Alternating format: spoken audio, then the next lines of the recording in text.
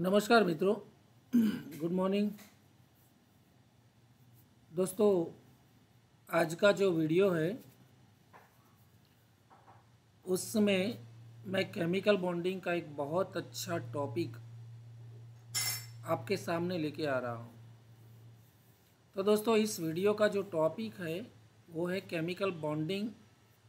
Chemical bonding में बहुत सारे मॉलिक्यूल्स हम पढ़ते हैं, बहुत सारे मॉलिक्यूल्स के स्ट्रक्चर्स और उनकी ज्योमेट्री के बारे में हम पढ़ाई करते हैं बीएससी कोर्स के दौरान।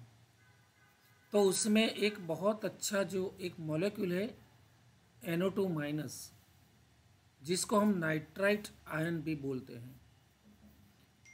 तो वो नाइट्राइट आयन जो है NO2 माइनस, उसका लुईस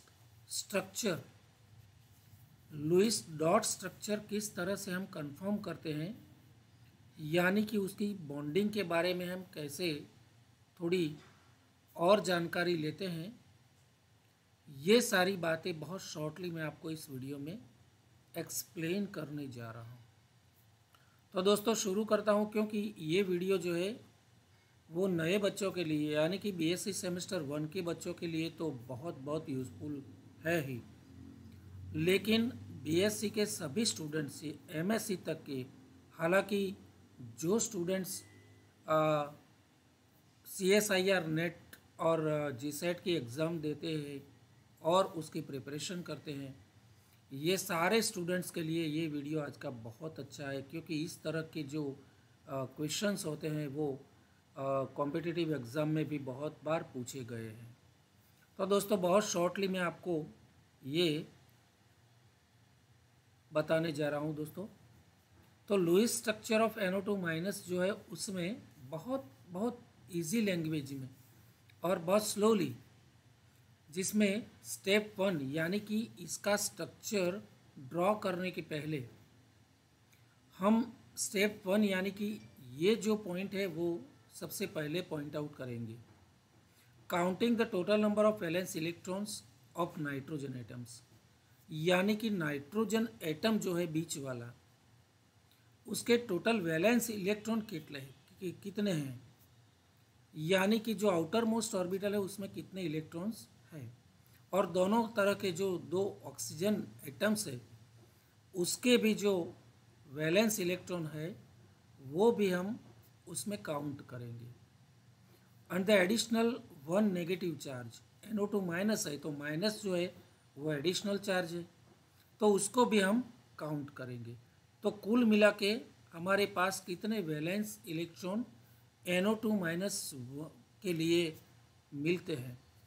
तो दोस्तों, total number of valence electron in NO2 minus is, nitrogen के पास 2s2 एंड 2p3। 1s2 को हम काउंट नहीं करेंगे क्योंकि हमें सिर्फ वैलेंस इलेक्ट्रॉन की ही ज़रूरत है। तो 2s में 2, 2p में 3, और 2 ऑक्सीजन के एटम्स है और हर एक ऑक्सीजन की वैलेंस इलेक्ट्रॉन है 2s2 2p4, यानी कि 6 इलेक्ट्रॉन। तो और ये जो है वो इलेक्ट्रॉन नेगेटिव चार्ज, ठीक है।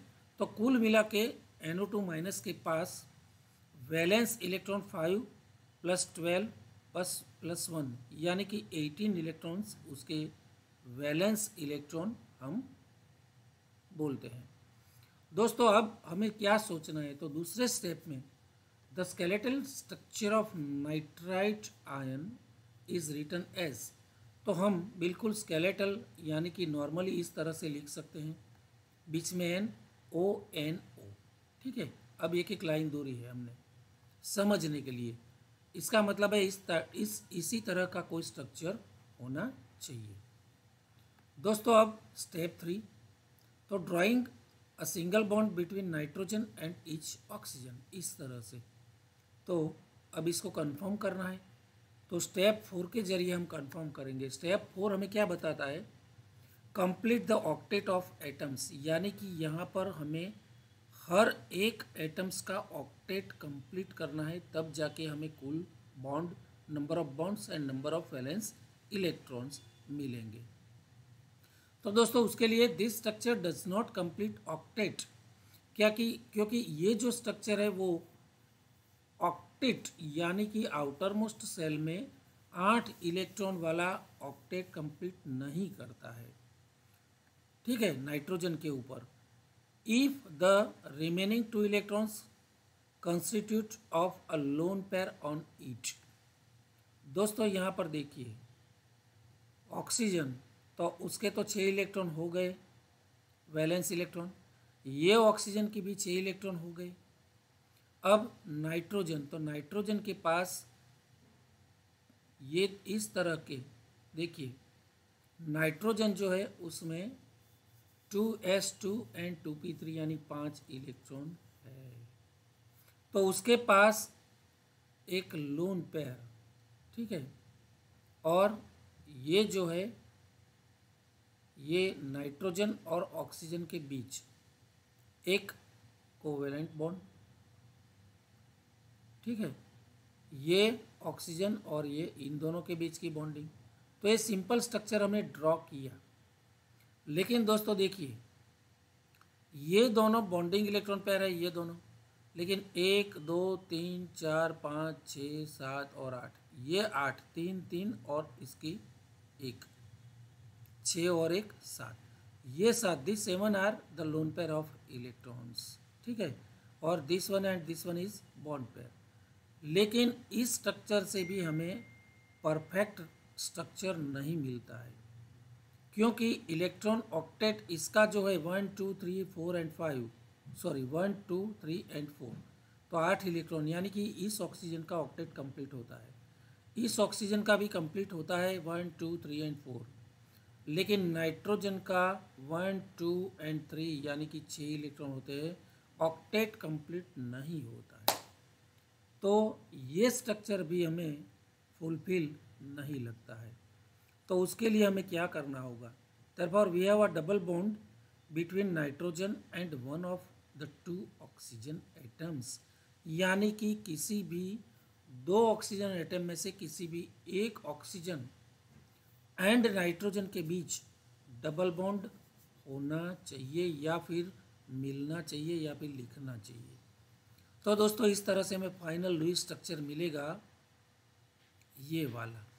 यहाँ पर देखिए ऑक्सीजन की लोन पेयर, ऑक्सीजन की लोन पेयर, और ये जो लोन पेयर थी वो यहाँ पर बॉन्ड पेयर हो गई, तो यहाँ पर एक और एक ये डबल बॉन्ड हो गया, ठीक है।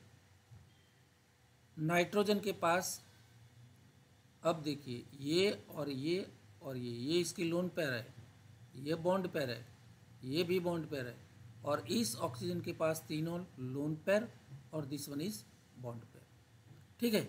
यानी कि इसका मतलब ये हुआ कि यहाँ पर डबल बॉन्ड रखना होगा, तो ओ ये लोन पेयर यहाँ पर डबल बॉन्ड हो गया, ये single bond covalent single bond यानी कि डबल बॉन्ड हो गया।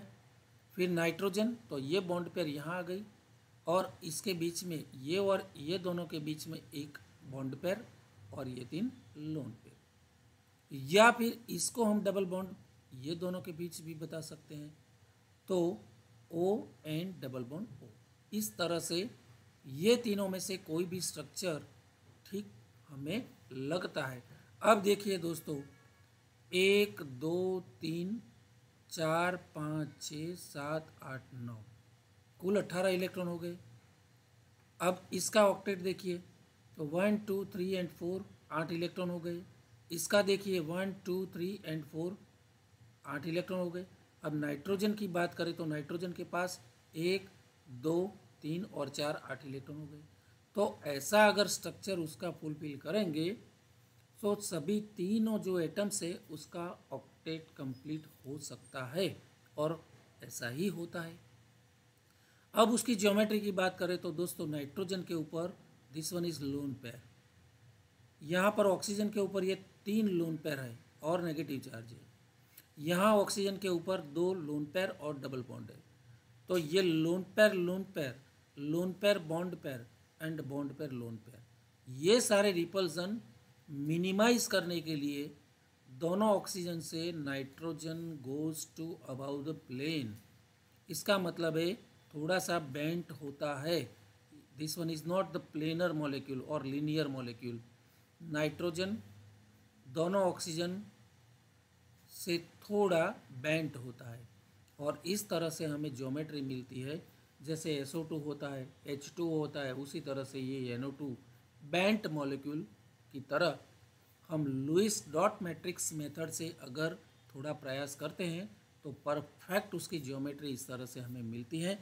दोस्तों NO2 माइनस की ये ज्योमेट्री और लुईस डॉट मैट्रिक्स मैंने आपको बहुत सरल लैंग्वेज में समझाने का प्रयास किया है। अगर ये वीडियो अच्छा लगा है और आपको इसी तरह से और भी कई वीडियो चाहिए तो उसको ज़रूर लाइक कीजिए। वीडियो एंड तक देखना मत भूलिए। दोस्तों आपके सभी ग्रुप में शेयर करना भी मत भूलिए और अभी तक आपने मेरी चैनल को सब्सक्राइब नहीं किया है तो बहुत जल्द सब्सक्राइब कर लीजिए ताकि और वीडियोज़ में आपकी ओर भेज सकूं। धन्यवाद और नमस्कार।